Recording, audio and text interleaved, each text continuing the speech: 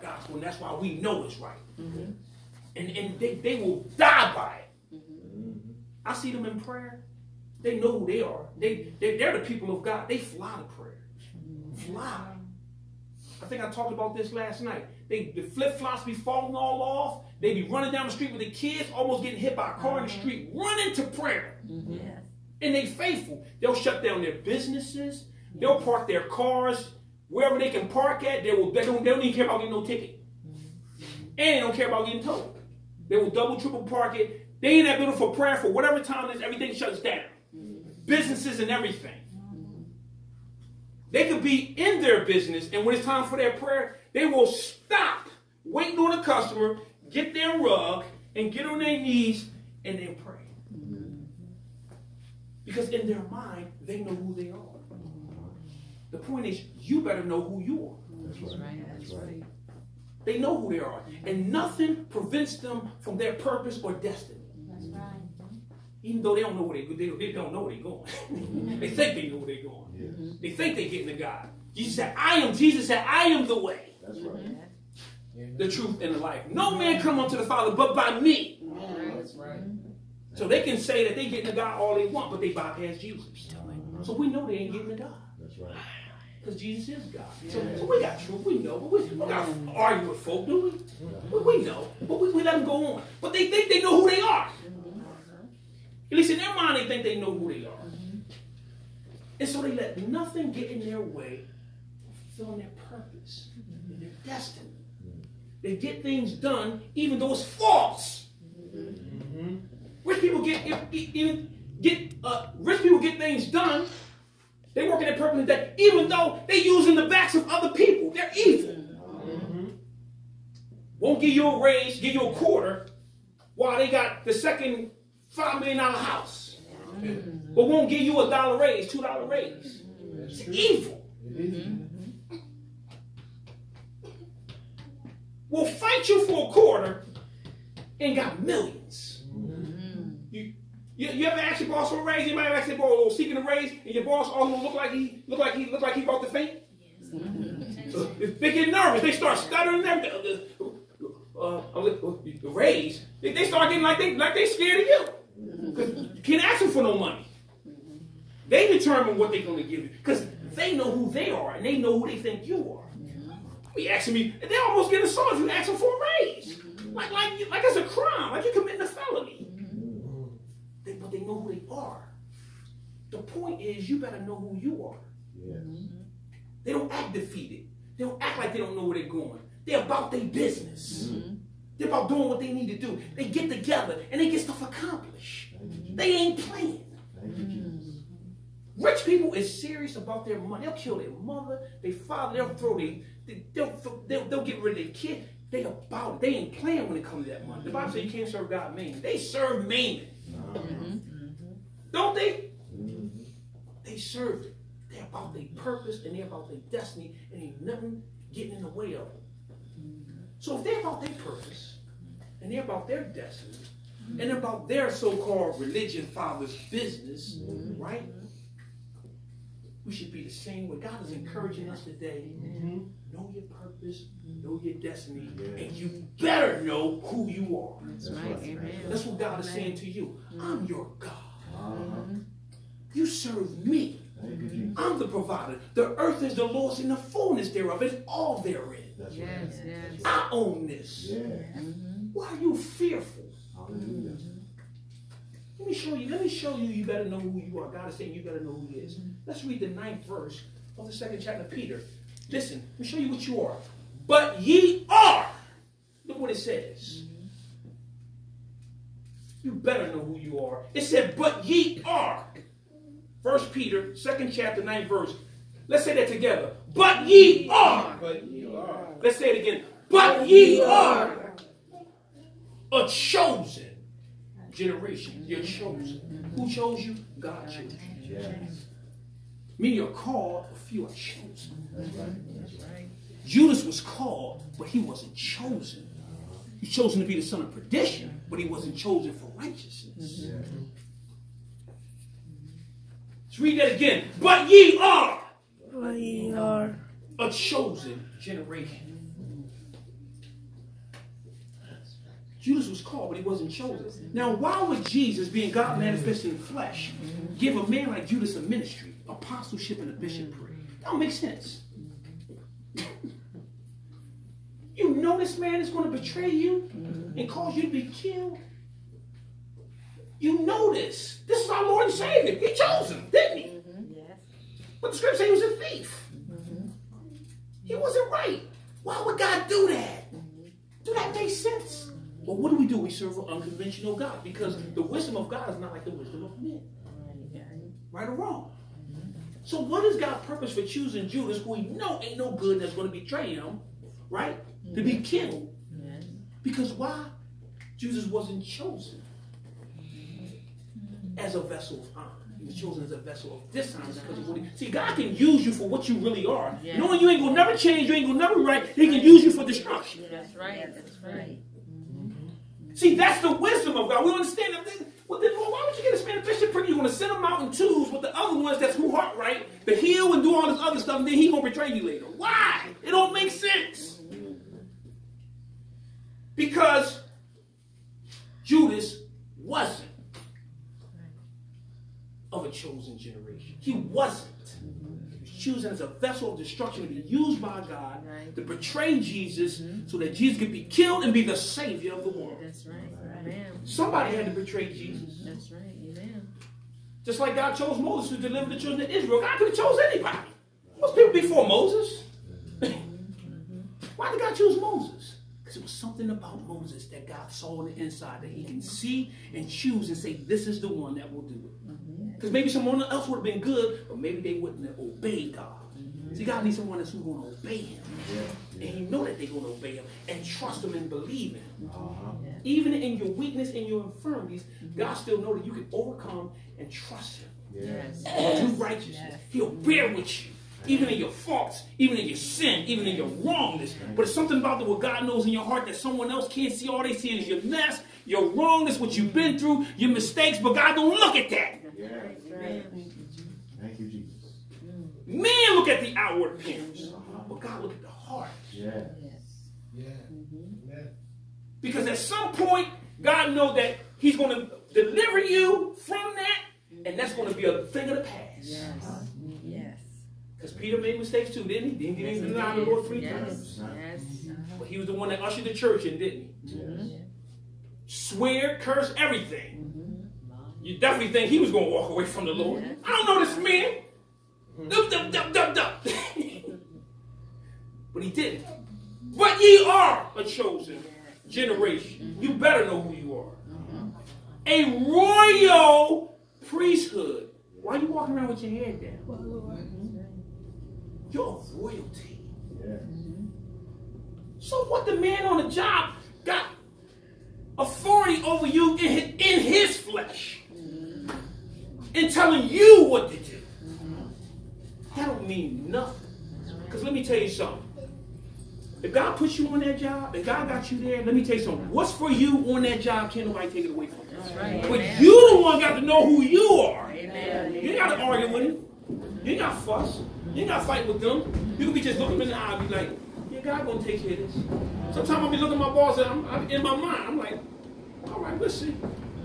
You gonna fire me? That been almost 14 years ago. Well, how come I'm still there? All the conspiracy? Why? Because you can't do nothing with me. I don't got to talk. That's right. Prayer powerful. Yes, it is. Yes, A person who knows who they are don't necessarily want to need to argue with for. Daniel knew who he was. And the very thing that they used against Daniel, which was his God, in prayer. They try to use prayer against the man of God. And prayer is powerful. So they try to use the most powerful thing that God can use in the arsenal for a righteous person against him. But everybody knows it backfired, didn't it? Yes, it is. Did Daniel get upset? No. When they knew that they were conspiring against him? Did he lose his cool? No. Did he say, man, I'm going to mess with me, I ain't going to be able to pray now? He ain't get all upset.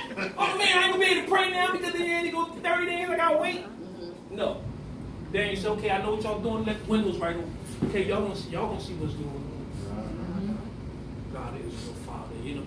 He went right back to prayer. Right back to routine. We let folk get us all out of our routine. You know, folk will get us mad. We don't want to come to church. We get an attitude. We don't want to serve. We want to drop out, drop off. How you want to say God inspired you to do something and then you let somebody make you drop off? Well, I doubt if God inspired you to do that, because if God inspired me to do something, yeah, I'm going to be upset. I'm going to be a little discouraged, but I ain't going to want to quit. Because I know that God is the one that made it happen. Because my faith ain't in man. My faith is in God. Because if I seek to please man, I cease to be a servant of God. That's right. Amen. But God wants you to know. You better know who you are. So it's like you don't know who you are. God is saying, listen, could you please realize who you are? You are a chosen generation. You gotta walk with your head up. You can walk with your head up too. Walk right on the top. Just walk with your head up right on the top. Hey, what's wrong with him or her? Like she own this place. My father owned it. That's right. Amen. He'll take it from you and give it to somebody else. They don't treat me better. Bring about your demise, your death, and bring somebody nicer. This should treat me nice. Right. Amen. People don't believe that God will take lives for your life. He will do it. Because he already know they wicked. They ain't gonna never serve God. They ain't gonna never do right. Then that's what they are. And God can use them for a vessel of destruction. That's right. For his glory. That's right. Because remember, God uses vessels of honor and he uses vessels of dishonor. God created good and God created evil. Right. And he uses them for his good purpose and his good pleasure. Right. And guess what? He's still righteous. Yes, he's right. You know why he's righteous? Because he set the standard for what's right and wrong. He's the Father. The Bible says, who knows the mind of the Lord that they may instruct him? Well, who has been his counselor? So you want to tell God he's wrong for using evil? Who knows the mind of the Lord that they may instruct him? Who has been his counselor? Nobody. He do what he want to do. That's right. God can take my life, don't tell nobody, don't give no explanation, and he's still righteous. Right. Amen. And nobody even know what happened to him. Yeah, he's dead, he's gone. I know, seems like it's fine. Everything with a heartbeat right, he's dead. It won't tell you nothing. That's a shame. He went before his time. No, I went when God was saying it was time. It was over. Because the Bible says he'll have mercy on whom he'll have mercy. And he'll have compassion on whom he'll have compassion. Now that seems unrighteousness, don't it?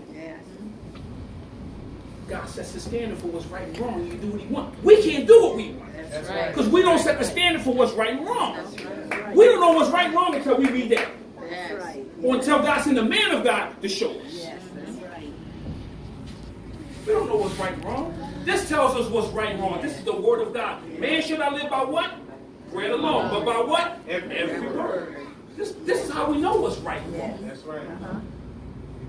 Yes. Without this, we have no idea. No idea. That's right. Because this is the word of God. Yes. The word of God is the will of God. Yes. Amen. Amen. Beautiful.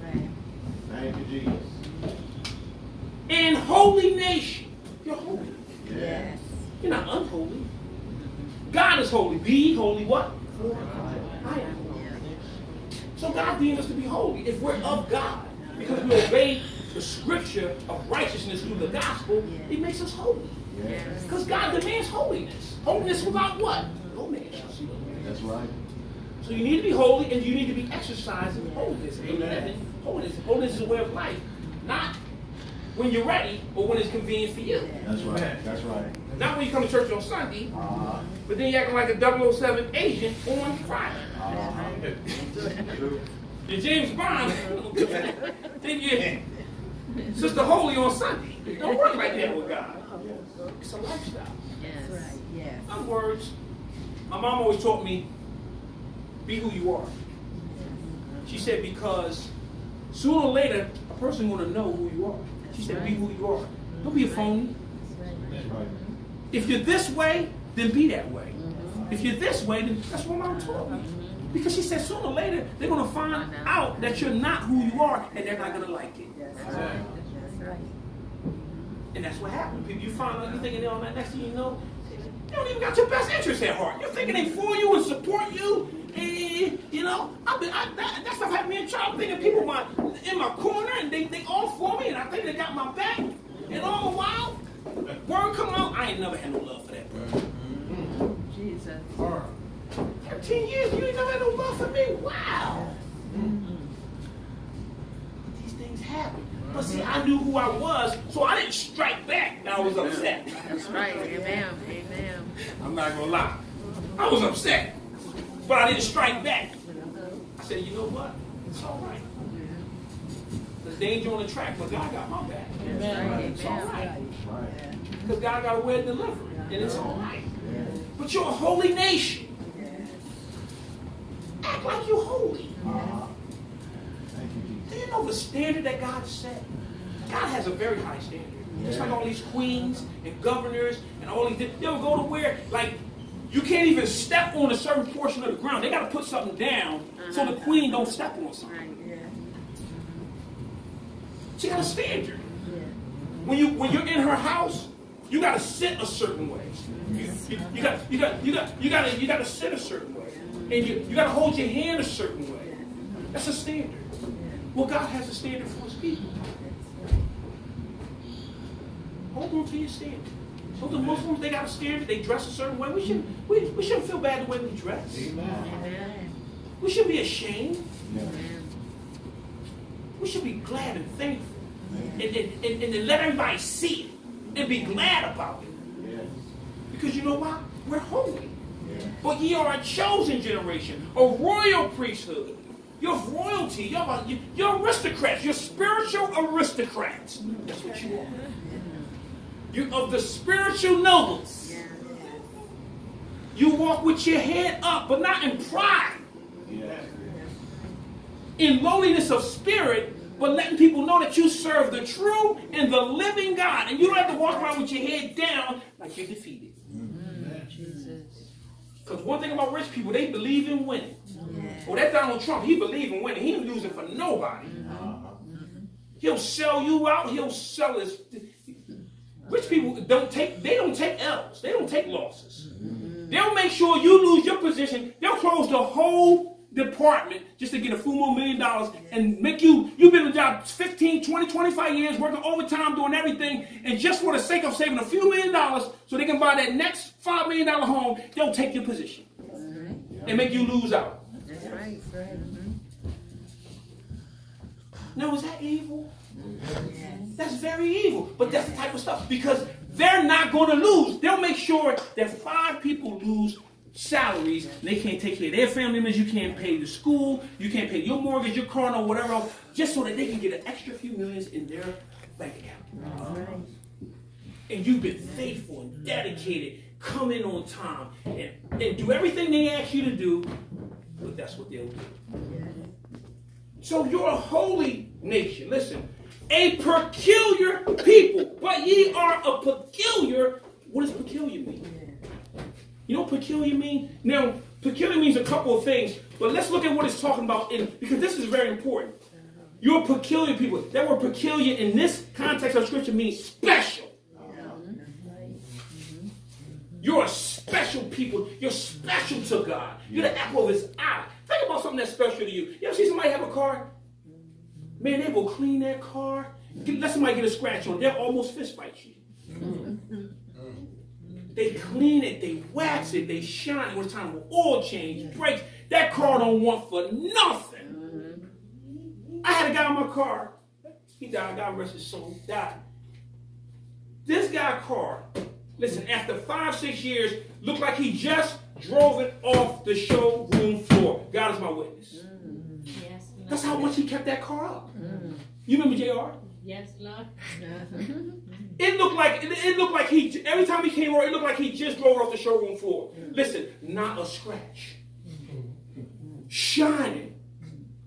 If you get on the inside, it looks like somebody's living room.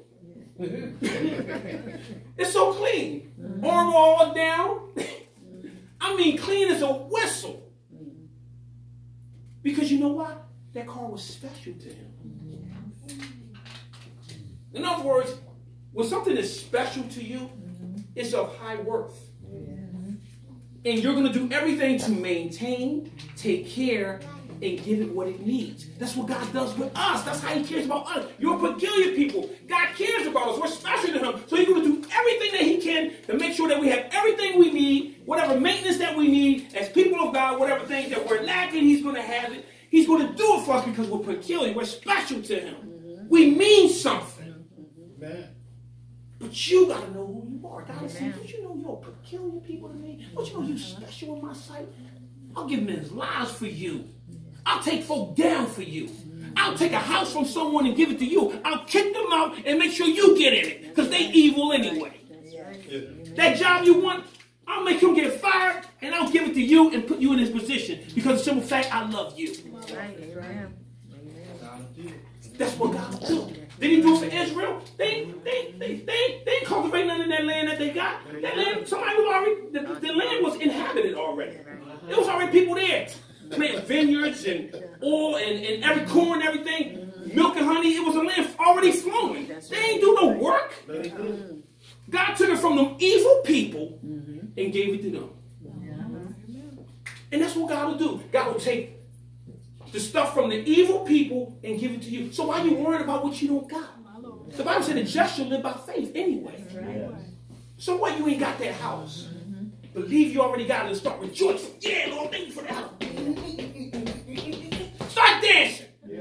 Start giving God glory for it even though you ain't got it. Why are you praising God and why are you shouting? With Jericho, they shouted before the walls came down. They went to the walls came down, then they shouted. That's right. They shouted before the walls came down. Then after they shouted, then the walls came down. See, God wants us to shout first. He wants to praise him first. He wants us to give him thanks first. He wants us to worship him first and believe it, even though we ain't got it in our hands. Thank you, Lord. So if it's a job you want, just start thanking the Lord for it. And really mean it in your heart. Watch what happens. After a while, listen, first of all, it's going to seem like ain't nothing going to happen because that's how faith works. It seems like ain't nothing going to happen ever. But keep doing it. After a while, God is going to change it two ways he's going to do it. He's going to do it very, very slowly. That by the time it happened, you don't even know that's happened and it's done and you still sitting there waiting for it and it's done. Or God will just do it suddenly. Hallelujah. Because why? The Holy Ghost came suddenly. That's right. As of a rushing mighty wind. Without them even thinking about it. And it filled all the house they were sitting. And there appeared unto them cloven fires. Cloven tongues like as a fire. And they were all filled with the Holy Ghost. Amen. Thank you, Jesus. Because it was a promise by the Lord. This was that which was spoken of the prophet Joel. It was a promise. God fulfills his promise. Did God make great and precious promises for us? Yes, he does. You better know who you are. That's right. So what? Your relationship may not be the best it would be. You can make your relationship better. I'm not saying it means marriages, but relationship with people, you know, on a job, with just anybody. Saints of God. You got the power to do that. Yes. You can talk to the Lord. Lord, I want a better relationship with my husband. I want a better relationship with my wife. I want a better relationship with my friend. I want a better relationship with Sister Parker. You know, I need to talk to her better. I need to just call her sometime and say, Sister Parker, I love you. I ain't calling for now. I'm just calling to see if you need anything. You need anything? You all right, sis? You need any money? You need any whatever? It's not what we say. It's how we say what we say. But we got to mean what we say. We got to be sincere. Sometimes we do things as a cliche. That's right. I love you on Sunday. And I see people do it. I love you, sis. Oh, I love you, bro. I love you, this, that, and the third. Then you don't call nobody. I could be dead tomorrow. You wouldn't know. So you don't see me on Sunday? We in the board. Oh, God. Oh, I didn't know. Well, you might think, well, he just don't want to come to church. He got attitude. So that's first human thing. Or he leaving the church. You don't even know where I am. I'm dead. I'm dead and I'm judged. See, he ain't been to church 2 weeks. Well, you ain't called to see why. I'm in the morgue. My wife done buried me. You angry because I ain't at church. You don't know what happened? I'm in the cemetery. Yeah, I left the church. I went out with a good exit. Went out in style. Nice tombstone. But what I'm saying is, you better know who you are. God, this is what God is saying to you. You better know. He's not saying know who you are. You better know who you are. So you can be what you are. You want something from God. All you have to do is get on your knees and pray and believe God. Amen. One of the key things we don't do is we don't pray. Yeah, we pray when we come to church. No. That ain't good enough. That's not devotion. Daniel had devotion. Daniel didn't wait until something happened to pray. Daniel prayed his regular times. That's what we need to do. That's what God is telling us. And I can feel the Lord saying that. You need to pray. Yes. Because let me tell you something about prayer. Prayer will increase your faith. Oh, yeah. Because when you pray, it'll make you believe God more. When you believe God more, it'll make you pray. It's a multiplicative effect. Yeah. That's why prayer. Why do you think the devil hates prayer? Why do you think he's trying to hinder you from prayer? You ever want to pray and then folk want to call you? I'm saying you really get in your mind. You're trying to be spiritual. I'm a pray, you know, because you're trying to get stronger. And you get in your mind and you listen. Your intent is right. So then you say, okay, I'm getting on your knees. You get on your knees. You go to pray. Then next thing you know, ring, phone. Oh man, stop. Oh, that's on. What you doing? Oh, nothing. Why don't you tell me I was praying? Yeah. Or don't answer the phone. That's right. Amen. That's right. Why we do God like that and answer the phone and worry about social media and worry about who done text us? Soon we get a text ring. Because some of us got, when somebody texts us, we get a certain ring. And we know that somebody texted us. Even a certain way of ring, we know who it is. Why do we do that to God? Allow you and him to be interrupted when that's his time. Excuse my French, but when you're making love, you don't want nobody interrupting you, do you? No. You ain't going to answer the phone. You ain't going to do nothing. You're going to wait until you're done. So say it like it is. Sometimes you got to say it like it is. God is saying it like it is. So you can understand what the Lord is trying to tell you. You better know who you are. Amen. There's certain things you're not going to do. You ain't answering the phone. Because we do what we want to do. You're a royal priesthood. You're a holy nation. You're a peculiar people. Now, we're going to come down to the nitty-gritty. That ye should do something now. So since now you know who you are, now you know what you should be doing. That ye should shew forth. Give God the praises of him that have called you out of darkness into his marvelous light. So why are you not praising God? What, you're going to praise him when you get the blessing? You're going to praise him when you get the new car? You're going to praise him when you get the husband? You're going to praise him when you... Well, you're late. That ain't faith. That's right. Hallelujah. Yes, Lord. Because now you see. That's Hope it. that seed ain't no hope. Faith that seed ain't no faith. Oh, I knew God was going to do it because I saw it coming. That ain't faith. That's right. Tell some of you saw it coming. Tell some I believed God. He was going to do it. No, you didn't. You saw what was coming. Stop prophesying Yes, Lord. and false foretelling. You saw it coming. And that's why you got happy. But when you don't see it, when you don't see it and you get this, let me tell you something. When you don't see it and you get happy and you start giving God the glory, that's when God gets pleasure. Amen. That's real faith. Faith ain't because you saw it coming. Yeah, I said, because they put that on my check. Well, you saw it. You didn't believe you was going to get the raise before it. You wasn't jumping around, jumping for joy before. Jump for joy and ask God for a raise and believe that. Now watch what happens. Now that's faith. Because see, without faith, it is impossible to what? Please God. You got to please him first. Faith pleases God. So seeing something when it's happening, you ain't pleasing him. God wants you to, God says, man says, show it to me, then I'll believe it. God says the opposite. Believe it, then I'll show it to you. Hallelujah. Hallelujah. That's how it works. The world says, listen, that's how the world is. Well, you got all the skeptics. Well, you don't show me no proof, and I ain't believing nothing you got to say. Which they right, because that's the way the court system works. Can't go in court talking about something, he hit me, ain't no proof. The judge want to say, okay, where's the evidence? God works the opposite. God works by what's not seen. Yes, Lord. Yes. He does things unconventional. Man got a conventional way because it's of the flesh.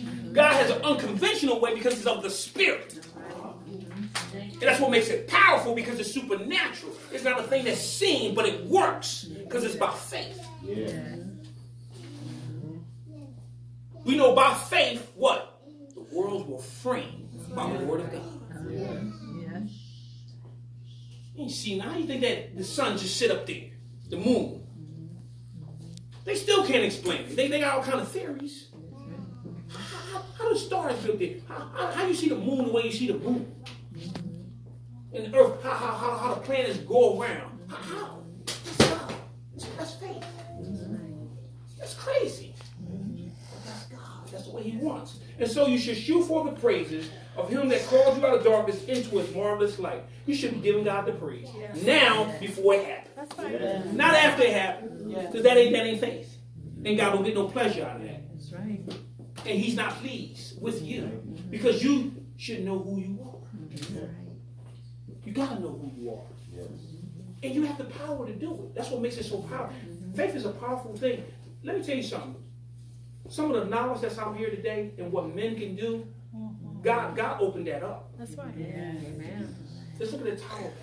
Amen. God knew what they was going to do. Listen, they believed in so much that God had to stop them. That's right. Ain't that crazy? He knew that they would do it and could do it. That's what faith does. Faith is powerful. You can do anything with faith. That's true. Yes. But faith ain't what you see. Faith ain't your bank account. Faith ain't how much you got in the bank. That's right. Faith ain't how much credit you got.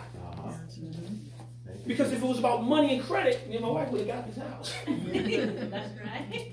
Because we ain't had no money. I know I testify this a lot, but I said to encourage you. That's right. No money was there and the credit was funny. I ain't had no 700, 800 or whatever. I eased my way up to the very minimum. But God did it. Amen. Because we had no money. The builder gave us $7,500 for closing costs. Who can give you $7,500 for closing costs? And ain't no contract signed. But guess what? When he said it, then my wife, we got that $1,000 and ran down there before he changed his mind. But that's what God can do. It's faith. God opened up doors. Which in times past were not a people. Right? Weren't saved, weren't right. And if we weren't Jews, we were Gentiles. Either way, you messed up. Listen. But are now the people of God. That's what the scriptures say. You're the people of God now. You're royalty. Yes. Know who you are. Yes. Do what you need to do. Do what you want to do. First of all, let me explain something to you about things and material stuff. God gave us this stuff to use. That's all it is. Because when things change, this is going to be passed away. Behold, all things become new. We use this world's goods. Let me tell you something. We're nothing but sojourners and pilgrims. You know what a sojourner and a pilgrim is? They just pass through it. They ain't no permanent dwelling place. This ain't our home. Thank you, Jesus. Yes, Lord. We act like God is going to sit us here forever. I mean, you get that house, you get that car, you use it or whatever. I don't care. If you barely got enough to pay for it, well, God's still paying for it. Well, if you're late on the payment, well, you're still driving it. It don't matter. As long as God help you to get it. That's right. Amen. Use it. People keep worrying about, I don't want to put a lot of miles on my car. Man, God will let you put 300 miles. Get rid of that one, get you a brand new with no miles on it. That's right. Amen. That's right. Thank you, Jesus. My wife had the van, they got 140,000 miles, 20,000 miles a time, whatever. We got a car, it had 6 miles on the showroom floor. That's right. Drove it right off. 6 miles. Right from driving. Transport. 6 miles. Thank you, Jesus. So took her from having a car 100,000 miles now, brand new car, off the showroom floor 6 miles. What about the gas mileage on the car? Get another car. Use it like a rag. Sitting there trying to be all perfect with it. God will get rid of that car, get you a better one. If you want a BMW, get a BMW. You want a Mercedes, whatever you want, get it. You want that type of house in that neighborhood, get it. You want to live in that, do it. Because you know why? You please God. When you please God, God will give you anything. He did it for Solomon. Because what was in Solomon's heart, God already knew what was in Solomon's heart. Solomon was so busy worrying about the people of God. And see, let me tell you the key to being blessed. When you got a heart of mind after the people of God, that's a great blessing right there. Amen. That's right. Thank you, Jesus. Because when you care about the people of God, that means you care about God. Amen. Right, amen. Because they belong to God. See, we're connected to Him. We're one. We're not separated from the Lord. Amen. I can't care about your husband and don't care about you. Amen. That's impossible. That's right. Oh, I just love your husband but don't acknowledge you. That's true. It was Sister Diana. She get on my nerves. Love you at the middle. Come on there at the middle. No, come on, Diana. What you want to drink? What you want, sweetie? Okay, you tell me. They one flesh.